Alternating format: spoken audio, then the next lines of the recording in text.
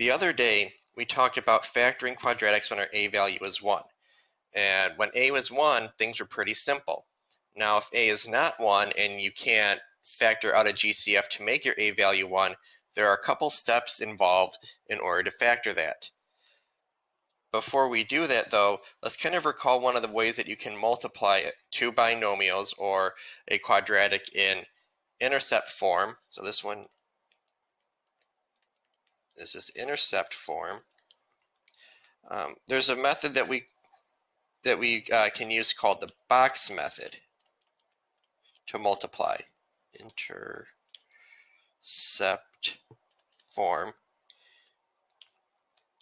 and it's where we put a binomial on top and the other binomial down the side, and then we would multiply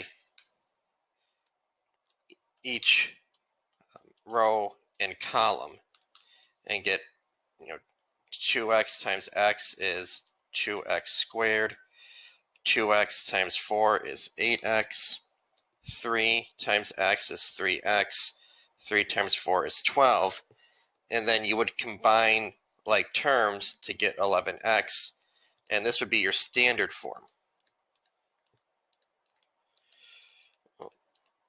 The goal of factoring is to go from standard form back to intercept form.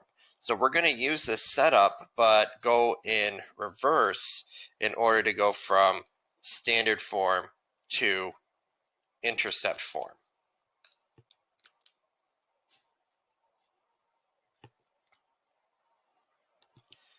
This method is called Xbox. Xbox. And we're going to be using that box that we use to multiply things, but before we use that box, we use an x to kind of organize our information. So what we're going to do is we're still going to find two magic numbers, but this time the two magic numbers, instead of multiplying to our c term, they got to multiply to whatever our a times c is.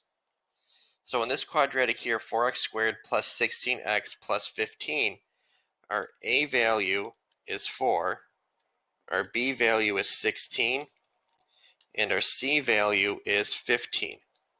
So first what we have to do is multiply a times c. So a times c, which is 4 times 15, and that is 60. So we need two numbers that multiply to 60, but when you add those same two numbers, you get 16. It's 60 and 16. And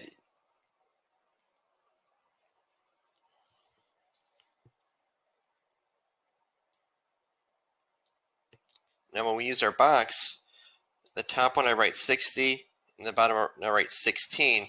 So that way I always have my two numbers right in front of me to kind of work with. So two numbers that multiply to 60 but add to 16, we can do 10 and 6. Okay? So then you can see in this diagram here, we set up a box, and in that box, the upper right corner, that is our whole 4x squared. That goes there. And then our c term, 15, goes in the lower right corner. And then what goes in the other two spots are two magic numbers we found. So 10 and 6.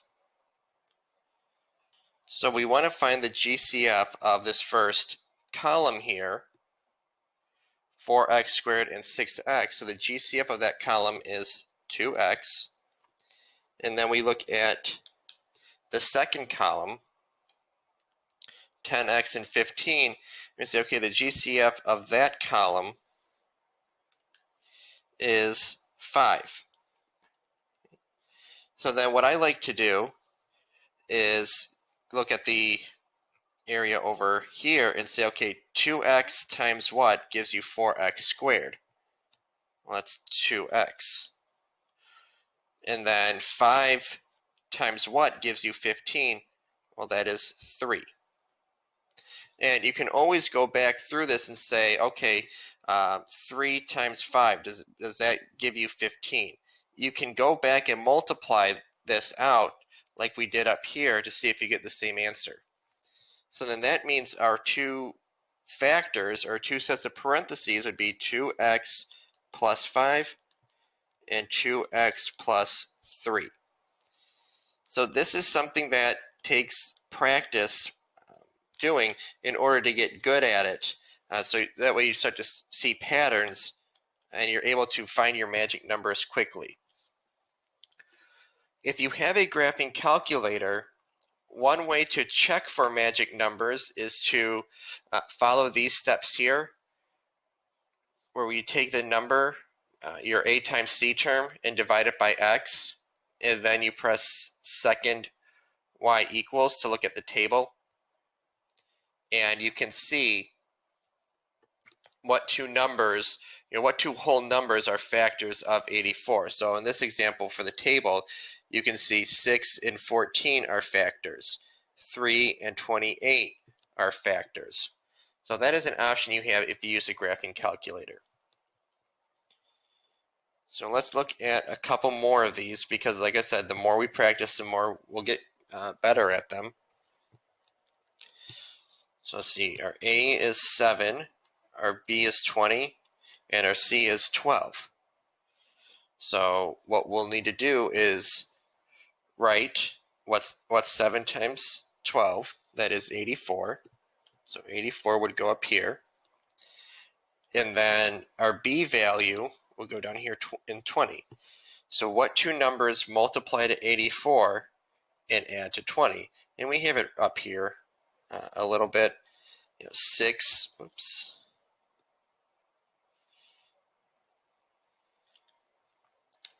6 and 14 add to 20 and multiply to positive 84. It doesn't matter if I wrote 6 on the left side or 14 on the right side, we'll get the same answer. So then we make our box, and then the upper left corner is going to go 7x squared. The lower right corner is going to be positive 12. And then 14x and 6x. And again, it doesn't matter if you switch them. I could have had 6x.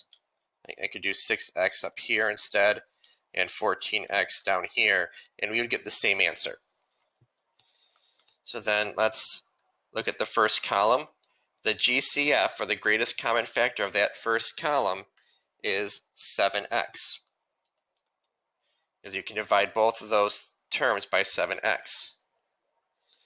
The GCF of the second column here is 6.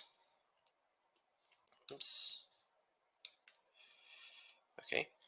So then we have to figure out what goes on the other side of the box. And I say, okay, 7 times what number gives you 7x squared? Well, that's just x.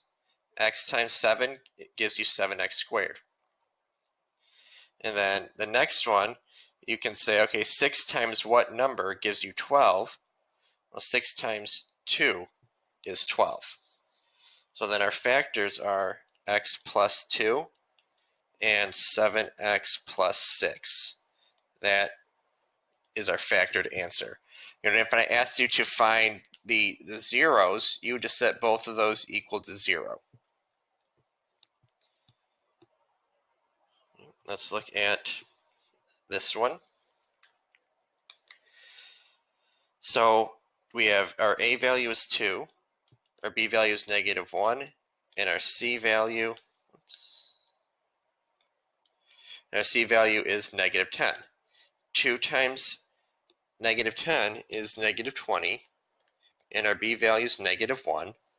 So we need two numbers that multiply to -20 but add to -1. That would be negative 5 and positive 4.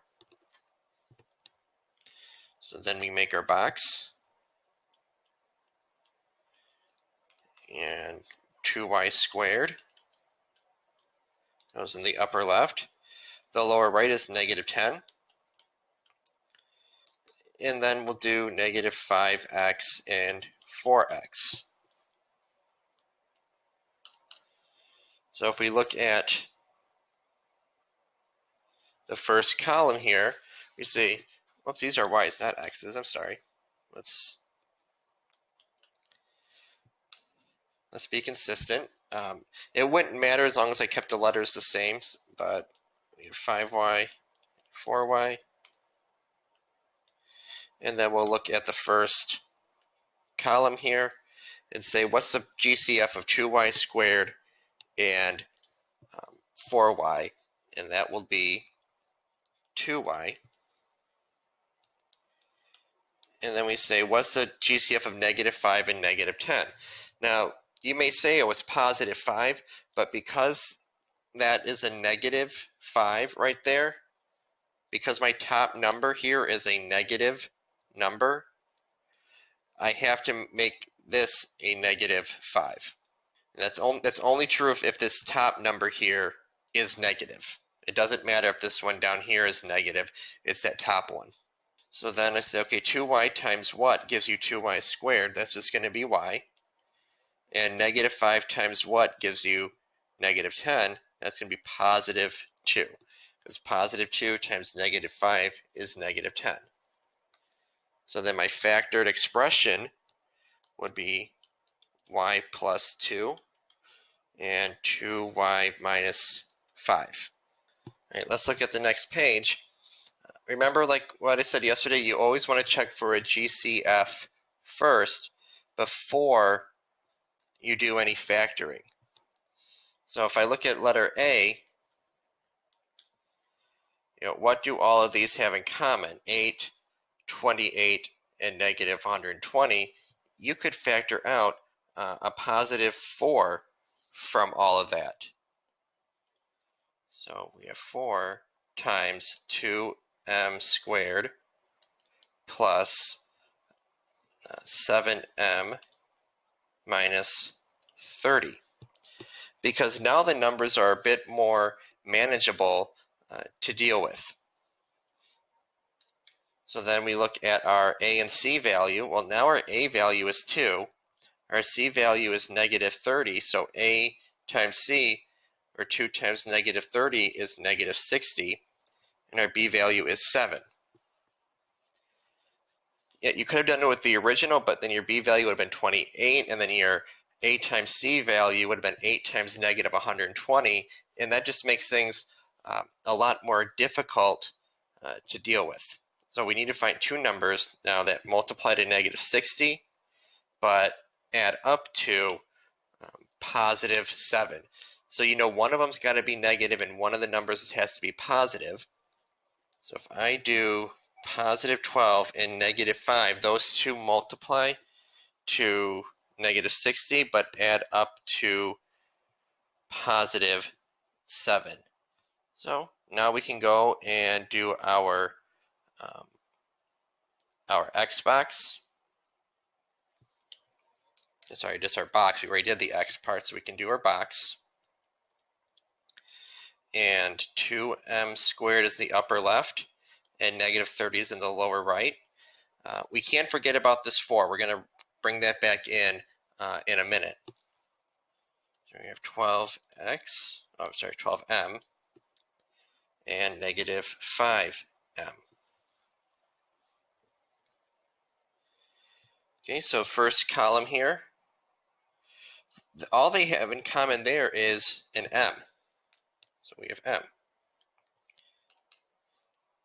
Second column, 12 and negative 30. Well, the 12 is the top one, and that's positive. So our number is going to be positive up here. They have a positive 6 in common. So that is a GCF there. And then on the other side, m times what gives you 2m squared? Well, that's 2m. m times 2m gives you 2m squared. Now 6 times what gives you negative 30? Well, that will be negative 5. Negative 5 times 6 gives you negative 30. So now, remember I said don't forget about that 4. We're going to use that 4 now. It's going to go in front, and then we're going to have m plus 6 and 2m minus 5. Because you're multiplying, it doesn't matter if you put 2m minus 5 first or not. All right, I'm going to leave b up here for a minute and have you do that one in a second. I'm going to go down here though, and I'm going to do numbers 3 and 4, and then I'm going to have you try the rest of them on your own so you can have an idea of how you're doing. So in this one, number 3, I'm looking for a GCF. I can factor out a negative 7y out of both of those terms. That is our GCF, and we are left with y plus 9. If you distribute this back in, you can double check. Negative 7y times y is negative 7y squared, and negative 7y times 9 is negative 63y. Well, once you have this, you're done. You can't factor it any further. Like we talked about yesterday, sometimes once you factor out the GCF, you're done, and that is your answer. So this is our factored form. This has been factored completely. Now number 4, okay, we don't have a b term. There's no x to the first power, so that means our b is 0. And if I multiply 9, which is our a value, and negative 4, which is our c value, we get negative 36. So then we say what two numbers multiply to negative 36 but add to 0? That's negative 6 and positive 6. So then we can go to our box. And what we'll have up here is 9x squared and negative 4 in the lower right. And then we'll have negative 6x and positive 6x. And then we'll look at each column. First column there, 9x squared and 6x, they have a 3x in common. The second column, negative 6x minus 4, because that top value is negative 6x, is going to be a negative 2 that we factor out. And then we go down the other side and say 3x times what gives you 9x squared? 3x times 3x is 9x squared. And negative 2 times positive 2 is negative 4. So then our factors are 3x minus 2 and 3x plus 2. All right, so what I want you to do now is I want you to pause the video, and I want you to try the remaining 5 problems on this page. Once you are done, or if you get stuck, unpause it, because what I'll do is I'll work out the problem and you'll see the work for each one so you can compare it. So pause the video, and when you're done, unpause it. Before you begin, I want to talk about numbers 2 and 6 because that a term is negative. Always factor out a negative GCF so that way your new a term is positive. That makes factoring a lot easier. So in number 2, I factored out a negative 5, and it left me with positive 5m squared minus 12m plus 7. So because I factored out that negative 5, all the signs changed. So now use this equation for factoring. Then in number 6, there is no number they all had in common. They didn't, 5, 6, and negative 1.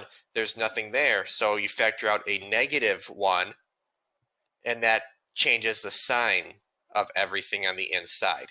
So it becomes negative 1 on the outside, then positive 5m squared minus 6m plus 1, and then you would factor this.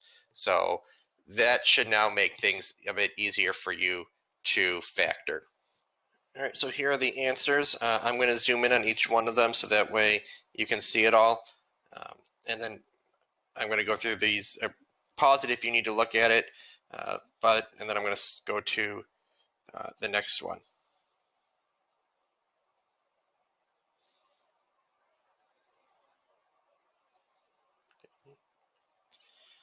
So remember, in this one you had to factor out the GCF, which was -5 in this case. Remember, you always want to factor out a negative number if you can. It makes factoring easier. Here's number 4. Here's number 6. Again, factoring out a -1 makes life a lot easier. And then there is number 5. So again, practice will help you on this. I hope that this was a video that you were able to get a good amount of understanding and you're able to practice this a lot. So make sure you like that video and subscribe.